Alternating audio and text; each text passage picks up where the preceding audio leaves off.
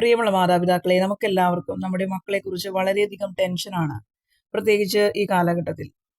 എന്തുകൊണ്ടാണ് നമ്മൾ നമ്മുടെ മക്കളെക്കുറിച്ച് ടെൻഷൻ അടിക്കുന്നത്? അതിനൊരു കാരണമേ ഉള്ളൂ. നാം നമ്മുടെ മക്കളെ ദൈവപിതാവിന് സമർപ്പിക്കുന്നില്ല, ദൈവത്തിന്റെ ഹിതത്തിന് അവരെ വിട്ടുകൊടുക്കുന്നില്ല എന്നത് തന്നെ. സങ്കീർത്തനം 127:3 ഇപ്രകാരം പറയുന്നു: കർത്താവിന്റെ ദാനമാണ് മക്കൾ, ഉദരഫലം ഒരു സമ്മാനവും. ദൈവം ദാനമായി നൽകിയ മക്കളെ ദൈവത്തിന് സമർപ്പിക്കുവാൻ, ദൈവേഷ്ടപ്രകാരം വളർത്തുവാൻ നമുക്ക് സാധിച്ചിട്ടുണ്ടോ? എവിടെയാണ് നമുക്ക് തെറ്റുപറ്റിയിരിക്കുന്നത്? വിശുദ്ധ കുർബാന സ്വീകരണവും കുമ്പസാരവും കൂദാശകളുടെ സ്വീകരണവും നാം മക്കളെ പ്രോത്സാഹിപ്പിക്കാറുണ്ടോ? ഇല്ല എങ്കിൽ നാം ഭയപ്പെടണം. എന്നാൽ ദൈവഭയമുള്ള കുട്ടികൾ ഒരിക്കലും തിന്മയിൽ വീഴില്ല. വിശുദ്ധ ചാവറയച്ചൻ ഇപ്രകാരം പറയുന്നു: ദൈവം നമ്മെ ഏൽപ്പിച്ചിരിക്കുന്ന നിധികളാണ് നമ്മുടെ കുഞ്ഞുങ്ങൾ.